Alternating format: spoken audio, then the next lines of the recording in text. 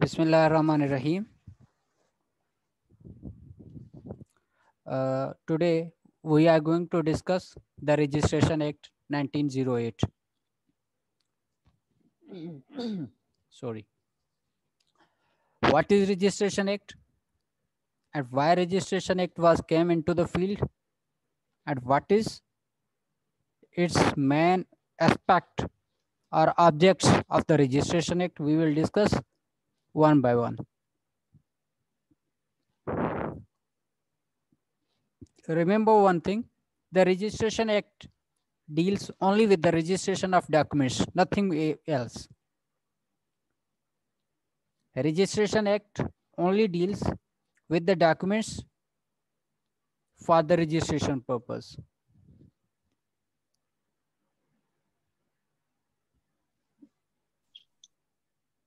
What's this? Okay. Human beings enter countless transactions in their lives. Law believes some of these be duly informed to one and all in the larger interest of the society. How to remove this? Anyone have an idea? Basit?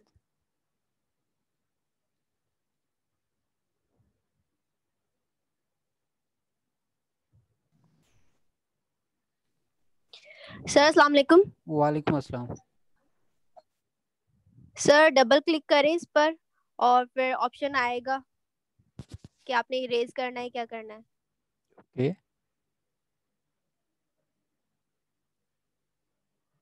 ये तो कोई option नहीं आ रहा।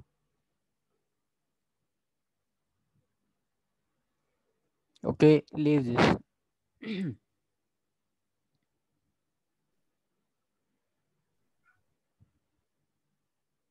Sir here सही थियो। Okay, worry अची वेंदो। Listen, human beings inter countless transactions. इंसान हम जो है वो बहुत सारे ट्रांजैक्शंस में इंटर हो रहे हैं। ये जो मार्क कर रहे हैं उनके नाम यहाँ पे शो हो रहे हैं, काइंडली अवॉइड करें। Kaynat, roll yes number. Sir, sorry sir, by mistake वो क्लिक हो गया जी। ये मैंने ये कौन है? मनान।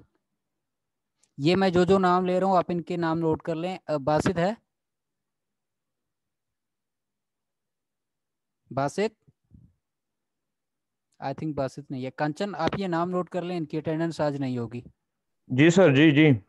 ठीक है, ये आप नाम नोट कर लें। कायनात। कौन से सर? कायनात और मनान। जी जी sir. Sir by mistake click हो गया। हम आज लैपटॉप से कनेक्ट नहीं है, मोबाइल से तो स्क्रीन पे टच किया ना तो उससे हो गया। चलें, मूविंग सर फर्दर। गलती से थी नहीं तो सर इशू नहीं है, क्लिक भले आप केॾी मार्क महिल। ना करें attendance sir. Sir by mistake हो गया सर। ओके, छो शायद नहीं मसलो शायद ये जगह लिखा अचनि था नज़र मार्कर जो मसलो आहे। अच्छा बाबा इहो ऑप्शन ईंदो आहे, उन खां पोइ इहे थींदा आहिनि। ओके जी सर, मुझे स्क्रीन ते भी आया है। जी। So moving further. सर तव्हां इहो ऑप्शन बंदि करे छॾियो न पाण वटां।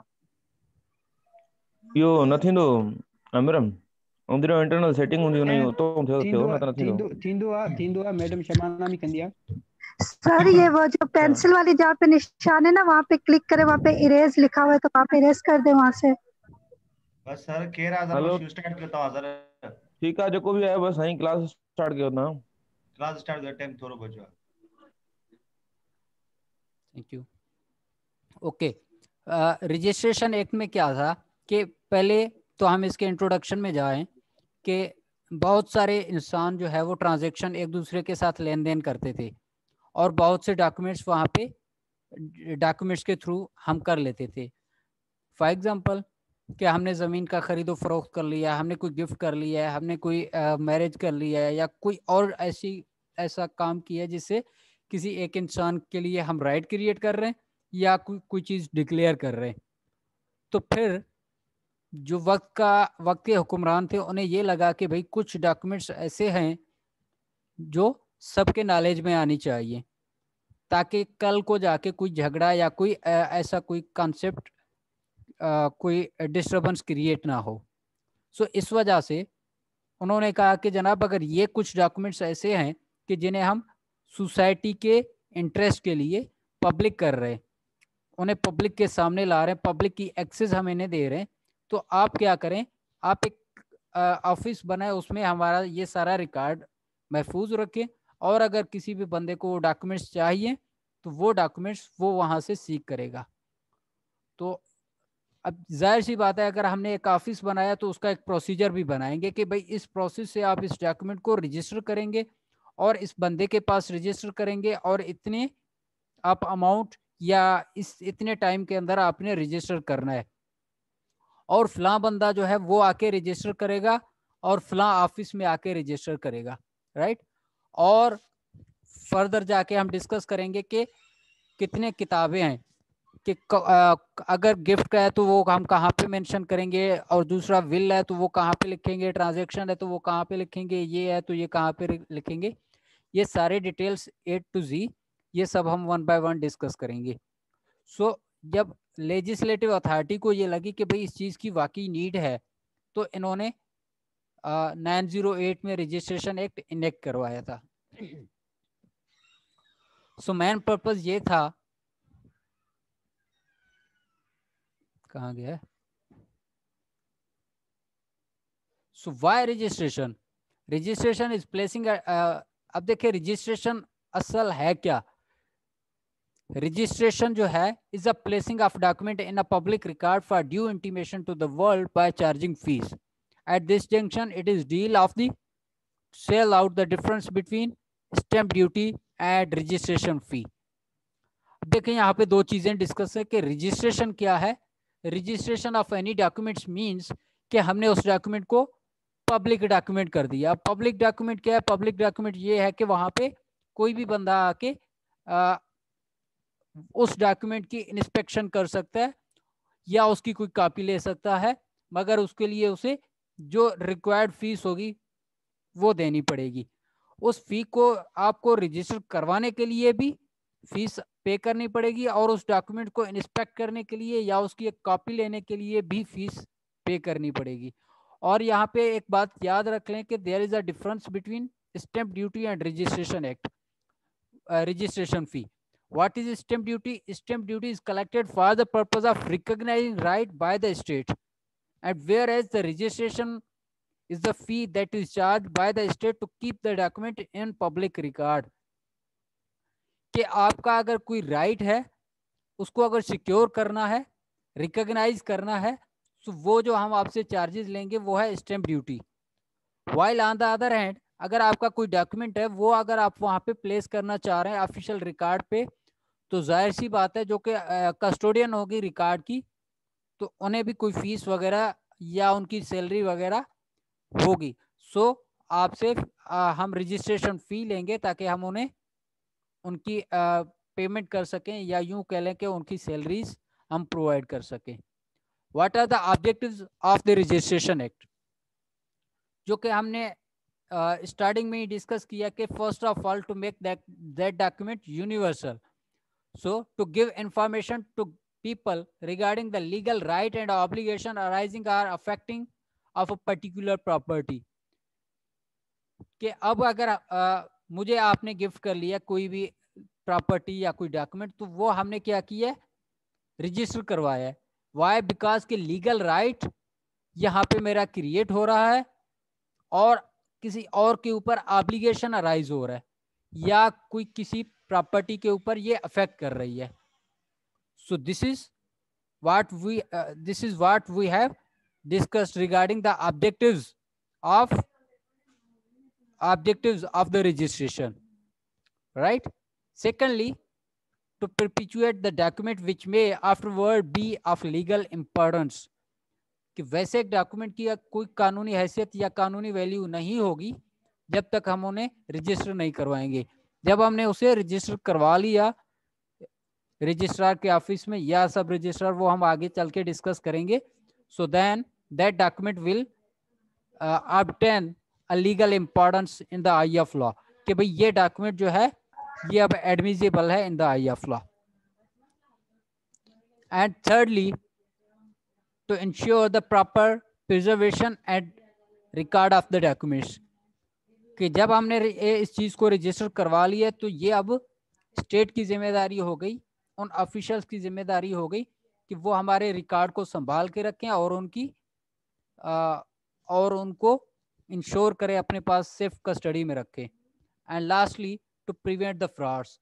और अगर हमने कोई भी डॉक्यूमेंट प्रॉपर तरीके से रजिस्टर करवा लिया तो उस डॉक्यूमेंट के ऊपर, उस प्रॉपर्टी के ऊपर या उस बंदे के साथ कोई फ्रॉड नहीं हो सकेगा easily. Now we are discussing about the documents, registration of documents. For the purpose of Registration Act, we have classified the documents into two parts. Those documents which are registrable. Number one, compulsory registration under Section 17 of the Registration Act 1908. And second is optional registration under Section 18 of the Registration Act 1908. यहाँ तक कोई confusion है, कोई query है तो आप बता दें. Is there any question?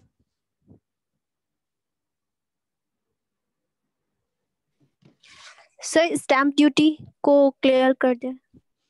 जी, आपने फॉरेन कंट्री से जस्ट वन सेकंड सर, अगर डॉक्यूमेंट्स रखते हैं तो उनकी फीस होती है. यस, देखिए स्टैम्प ड्यूटी क्या है. Your question is that.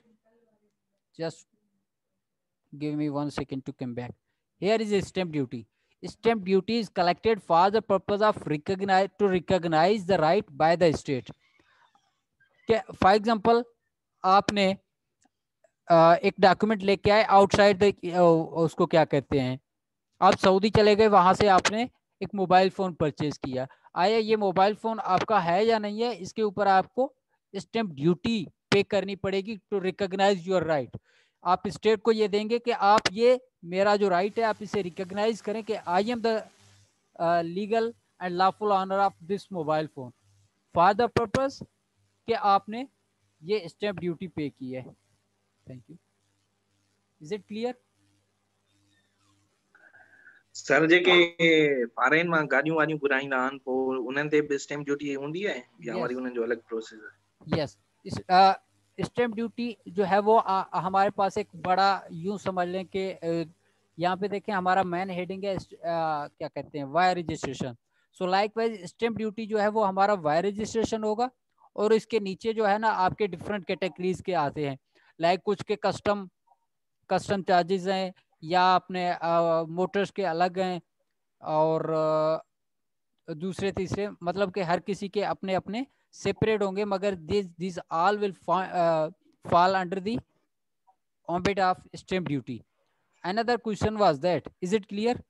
Sir जी सर स्टैम्प ड्यूटी जो है इमूवेबल प्रॉपर्टी के लिए यूज कर सकते हैं, मतलब उसके लिए जरूरी होगा? नहीं, उसके राइट को आप रिकॉग्नाइज नहीं करेंगे. इसका कॉन्सेप्ट यही है कि आप आउटसाइड कंट्री से जो चीज अपने कंट्री में लेके आ रहे हैं स्टेट उसे रिकॉग्नाइज करेगा.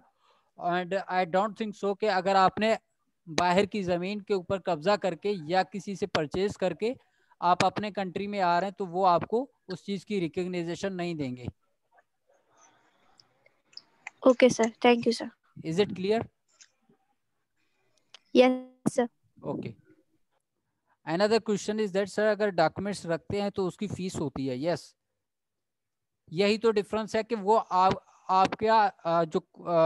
आपके जो डॉक्यूमेंट्स रख रहे हैं उसके लिए वो आपसे फीस चार्ज करेंगे और जो आपसे ये फी चार्ज करेंगे उस फी से जो कि उनके स्टाफ मेंबर होंगे या जो ऑफिशियल्स हैं जो कि रिकॉर्ड कीपर है जो रिकॉर्ड अपने पास रखेंगे, सो उन्हें ये फीस पे करनी पड़ेगी. राइट? यूं समझ ले कि ये हम अखराजात जो हैं वो हमसे कलेक्ट करते हैं for the purpose of keeping our documents safe and secure. Is it clear?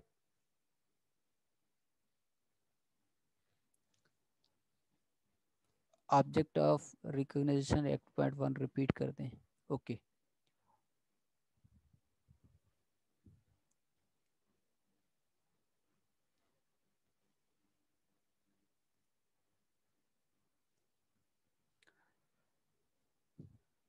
to give information to people regarding the legal rights and obligation arising or affecting a particular property.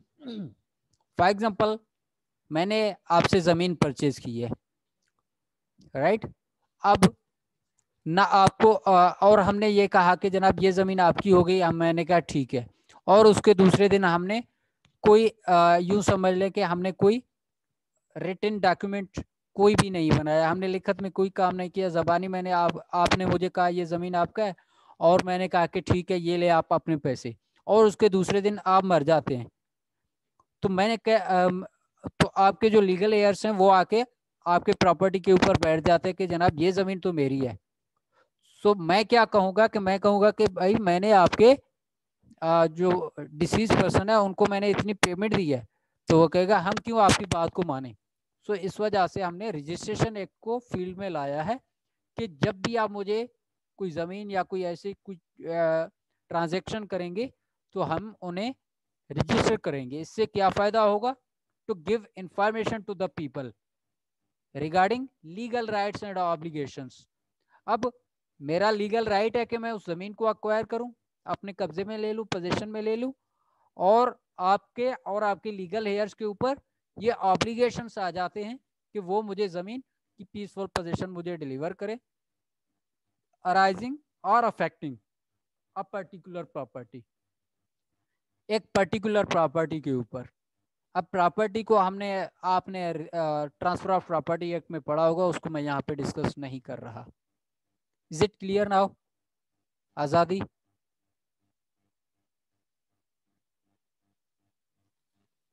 Okay, is there any other question?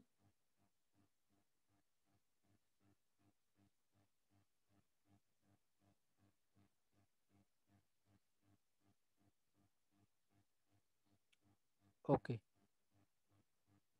Aklima, is there any other question?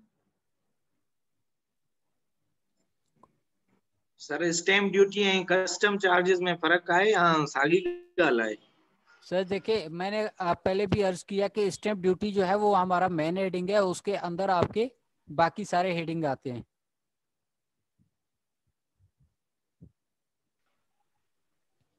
Custom जो है, custom आपके special custom duty अगर आप पे करते हैं तो उसमें भी क्या है, उसमें भी सिर्फ और सिर्फ आपके राइट को रिकॉग्नाइज कर रहे हैं, और इसमें भी यही काम हो रहा है कि आपके राइट को रिकॉग्नाइज कर रहे हैं। सो हमारे पास जो मेन हेडिंग होगी वो होगी स्टैम्प ड्यूटी, उसके सब हेडिंग्स में ये सारी चीजें कवर हो जाएंगी।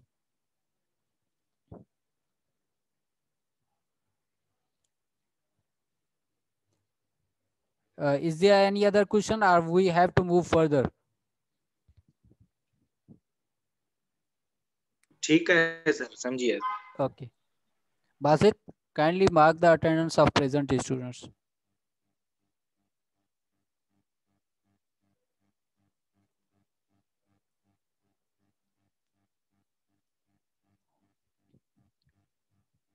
Okay. Now we are going. Sir, जी ठीक हो या सर? स्क्रीनशॉट्स दिया। Okay. अगते चलूं? जी सदाई वाला sir. Okay. Now we have the documents whose registration is compulsory as per section 17 of Registration Act 1908, right? Instruments of the gift of immovable property. Remember, sorry, here we are discussing about the immovable property, those gifts of immovable property, जो immovable property है उनको अगर कोई gift कर रहा है तो उनका जो डॉक्यूमेंट्स होगा वो रिटन फॉर्म में होना चाहिए और उसकी रजिस्ट्रेशन कंपलसरी है। और अगर आपने उस डॉक्यूमेंट की रजिस्ट्रेशन नहीं करवाई, सो दैट मीन्स कि आपका जो इंस्ट्रूमेंट है गिफ्ट ऑफ इमूवेबल प्रॉपर्टी वो कानूनी हैसियत अपनी खो बैठती है। Other non-testimony instruments other than the instruments of the gift of immovable property. That means कि जो आपके दूसरे इंस्ट्रूमेंट्स हैं गिफ्ट के अलावा वो भी आपके इसी में कंसीडर हो जाते हैं। Non-testamentary instruments which purport to create, declare assign, limit, or extinguish, whether in present or in future, any such right, title, interest, whether vested or contingent of value of RS 100 or above. ऐसा कोई document जो कि create करे आपके right को, या declare करे आपके राइट को, या किसी को वो असाइन करे, या उसे कोई लिमिट करे, या एक्सटिंग्विश करे, या फिर वो ये बताए कि ये प्रेजेंट में होगा या फ्यूचर में होगा, राइट, या फिर वो ये कहेगा कि ये वेस्टेड राइट है या कॉन्टीजेंट राइट है, और अगर ऐसा कोई भी डॉक्यूमेंट है उसकी कीमत 100 या उससे ऊपर है तो उसकी रजिस्ट्रेशन भी कंपल्सरी होगी. Is it clear? Thereafter we have option D, lease of immovable property from year to year or any term exceeding 1 year or reserving a yearly rent.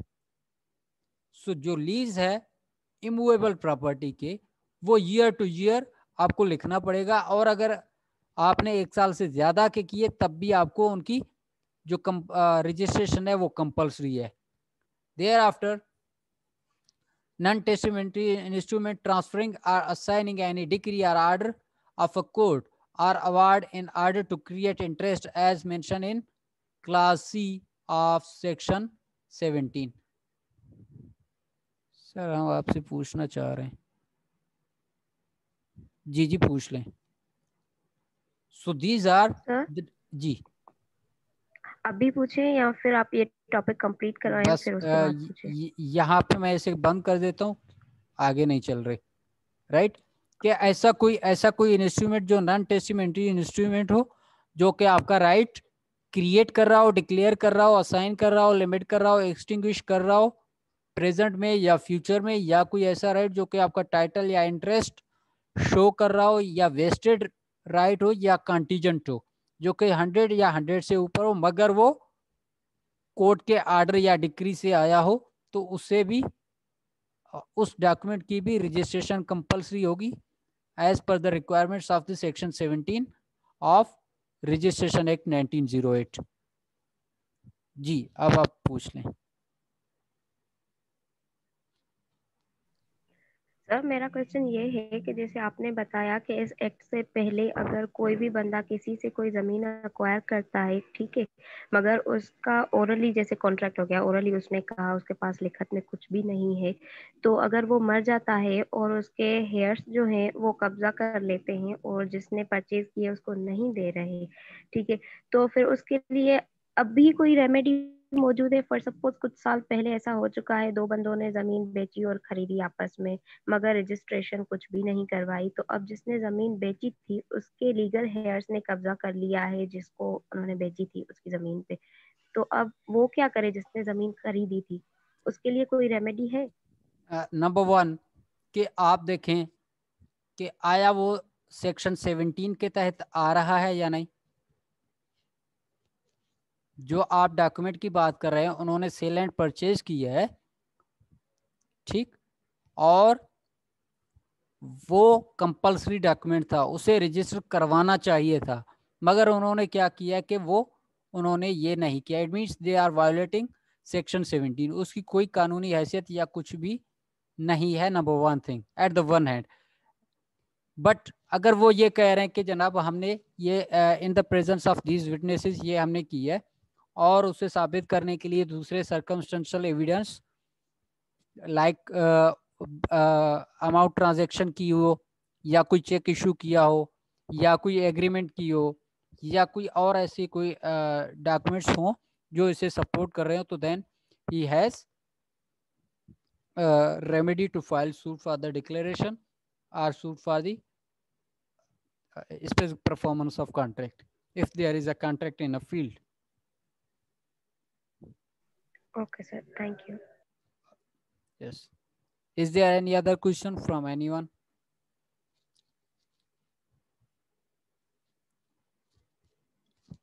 We are discussing the Registration Act thoroughly because these are the introductory and the most important aspect of the Registration Act. Thereafter, we will go through section by section.